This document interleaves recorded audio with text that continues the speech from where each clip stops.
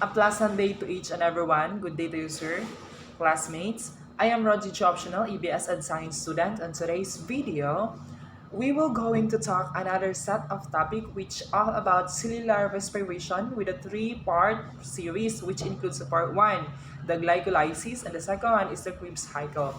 So, our learning objectives at the end of this discussion, the students are expected to discuss the overall mechanism of the cellular respiration, and second, differentiate the aerobic and anaerobic respiration, and third one, write the overall equation of the cellular respiration, and lastly, the fourth one, give the importance of studying cellular respiration. So, before we come up or discuss what is cellular respiration or the whole meaning of the cellular respiration, let's talk about what is mitochondria first. So, why I include this in my topic? Because as human or in the plants or the animals that we can see or organisms that are found in our world, it is important that mitochondria is present so that mitochondria is give more in ourself no na makikita siya towards sa plants and animals. So here we go. So mitochondria is a membrane-bound cellular structure and is found in a most of the eukaryotic cells. So usually, yung mitochondria is makikita siya through plants, no? Through plants siya makikita in ranges from 0.5 to 1.5 micrometer in diameter. So power plants of the cell, no? Why we call mitochondria is the power plants of the cells. So play an important role in the production of the ATP by the process of the oxidative phosphorylation. So the structure of mitochondria is a root-shaped structure found in both animals and plants. So it is a double membrane-bound organelle, and it is the outer membrane and the inner membrane. So the membranes are made up of phospholipids and proteins. So as you can see the structures, no, in the right side, and the inner structure is there, the outer structures, and we have cristae which can be mura siya intestine. Then the matrix ang nasa inner sa sulod siya, no. So the components of the mitochondria, we have here the outer membrane. So it is smooth and it is composed of equal amounts of phospholipids and proteins. Then it has a large number of special proteins known as the porins. Then the outer membrane is a freely permeable to nutrient molecules, ions, energy molecules like the ATP and ADP molecules. So, makikita nyo siya dito sa illustration na to. So, another one, we have here the inner membrane. It is a more complex structures and it is folded into the number of the folds many times and it is known as the cristae. So, yung nasa ano niya sa gilid. So, usually yung nakikita nyo, yung cristae yung dito sa first one is yung parang intestine siya na nagfo-fold siya and it is but tinatawag siya na complex kasi mapo-fold siya eh. So it is strictly permeable. It is permeable only to oxygen, ATP, and it also helps in the regulating transfer of the metabolites across the membrane.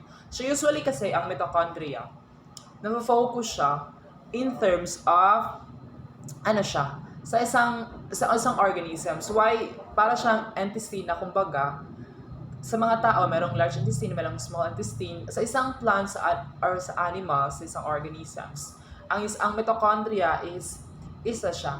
Isa lang siya, no? Hindi siya malaki, hindi rin siya maliit. It is more an exact size, no? So, another one, we have intermembrane space. It is the space between the inner and outer membrane of the mitochondria. It has the same composition as that of the cell's cytoplasm. So, each component of a mitochondria, meron talaga siyang space, no? Which may expound yung isang organisms na sa isang plants and animals. So, we have here now. So, what is cellular respiration? So, cellular respiration is the process by which the organisms obtain the energy available in the carbohydrates. So, we have here the ATP used as a cellular energy currency. So now, cellular respiration is a process siya. We have to obtain the energy available of carbohydrates. So usually, di ba, isa sa mga examples ng carbohydrates is yung rice, yung bread, no, na kinakain natin in order to sustain, no, makabibigay siya ng energy. So we have here sa baba, we have oxygen plus the sugar. to carbon dioxide plus water is plus energy. So, example naman, yung sa plants, di ba sa plants, we have here a nutrients coming from the sun, and then water from the rain, and the absorption of the sunlight. Dyan yun, yung isang plants, para nabubuhay siya in order to sustain in a very, in a long time, or in a short period of time. So now, the types of cellular respiration. We have here the aerobic respiration. Is a type of respiration which is carried on the presence of oxygen, by which the oxygen is obtained from air or from water in which is dissolved. So we have here the glucose plus oxygen to carbon dioxide plus water plus energy.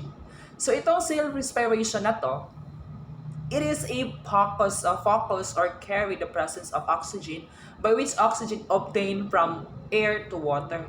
So usually siya, para siyang merong process kasi siya na from water inaabsorb, ipagpalagay natin like siya, yung rainbow. 'Di ba yung rainbow siya?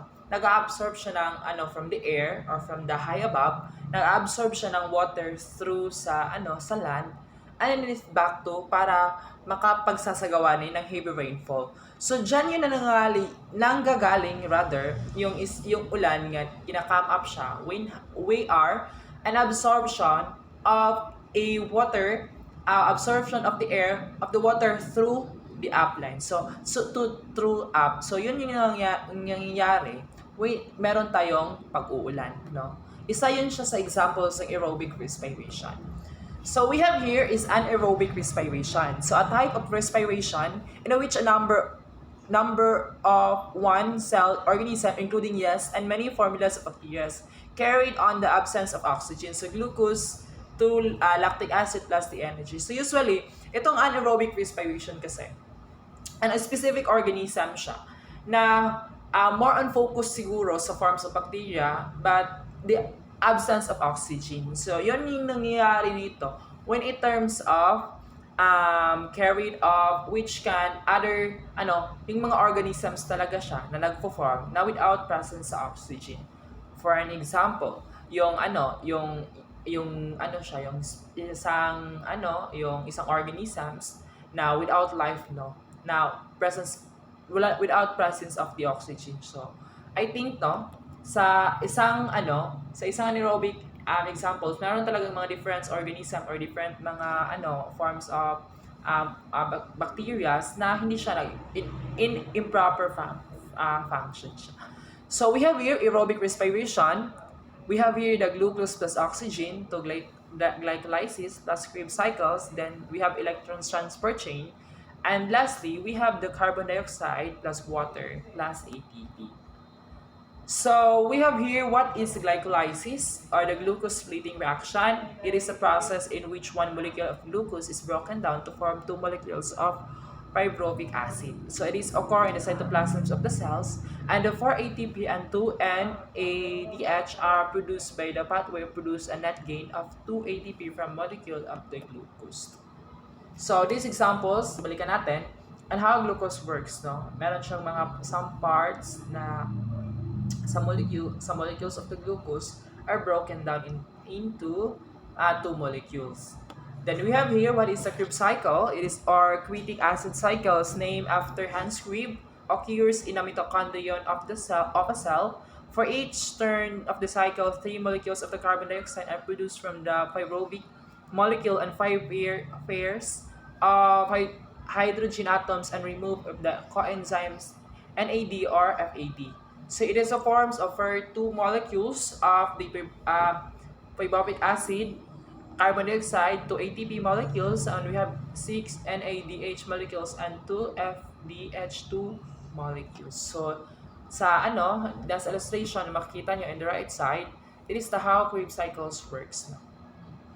Then we have here what is electron transport chain or ETC, how it works. So ito sa figure na ito na makikita natin how a specific organisms na nag-move siya.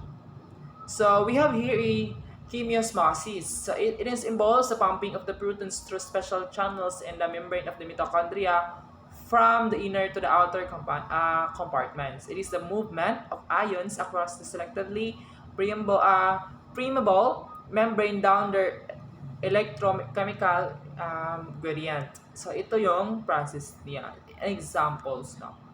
So the ATP production summary, you have here the cellular respiration step, glycolysis, the oxidative decarbonylation, and the Krebs cycle. So meron siyang energy molecules produced, and we have ATP TOTs na nakakam up siya. So overall, we have here 36 to 38 ATP. So the overall process, which includes from the mitochondrion until we come up the the part 1 glycolysis, and we have here after we come up the ATP production or the Krebs cycles.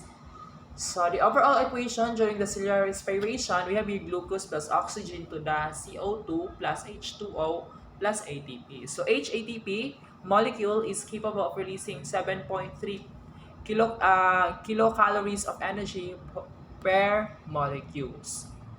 No? So these are the references of my topics. I hope you learned a lot something about what I discussed today. So that's all. What can I say in my report? And guys, and I have a nice day, and thank you so much for watching. So have a nice day. Bye.